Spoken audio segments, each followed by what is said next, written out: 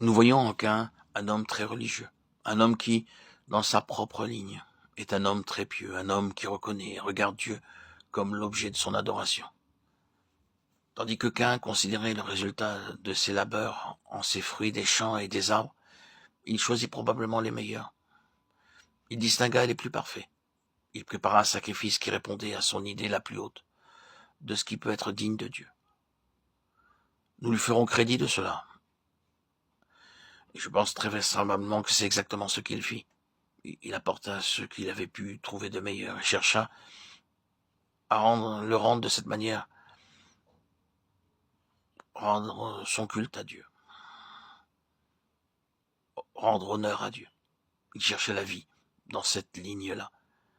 Mais nous le comprenons, son âme était obscurcie, et cette action de l'âme, cette énergie, ce mouvement, cette vie de l'âme, cette vie naturelle, était une vie fausse. Elle le trompa, elle le séduisit, elle le poussa à agir d'une manière qui le mit en présence d'un mur fermé. En ce qui concerne Dieu, d'un mur sans aucune ouverture, sans issue. C'était la pensée d'une vie fausse et séduite. Il en est toujours ainsi de notre vie naturelle. C'est une vie fausse. C'est une vie séduite. Elle nous trompe jusque dans le culte que nous offrons à Dieu. Nous pouvons être pleins d'extase dans l'adoration. Nous pouvons être fortement émus dans l'adoration. Il peut y avoir dans l'adoration quelque chose qui semble être une véritable agonie.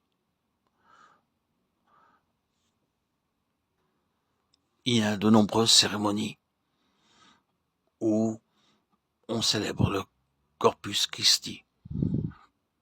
Et lorsque l'hostie est élevée, il y a des fidèles prostrés sur le sol, dans ce qui paraît être une agonie, poussant des soupirs ou couverts de sueur. Et moins d'une demi-heure après, dans la rue, ils se servent de leurs couteaux l'un contre l'autre. Oui, c'est une vie fausse, une vie séduite. Ceci en est naturellement une expression extrême.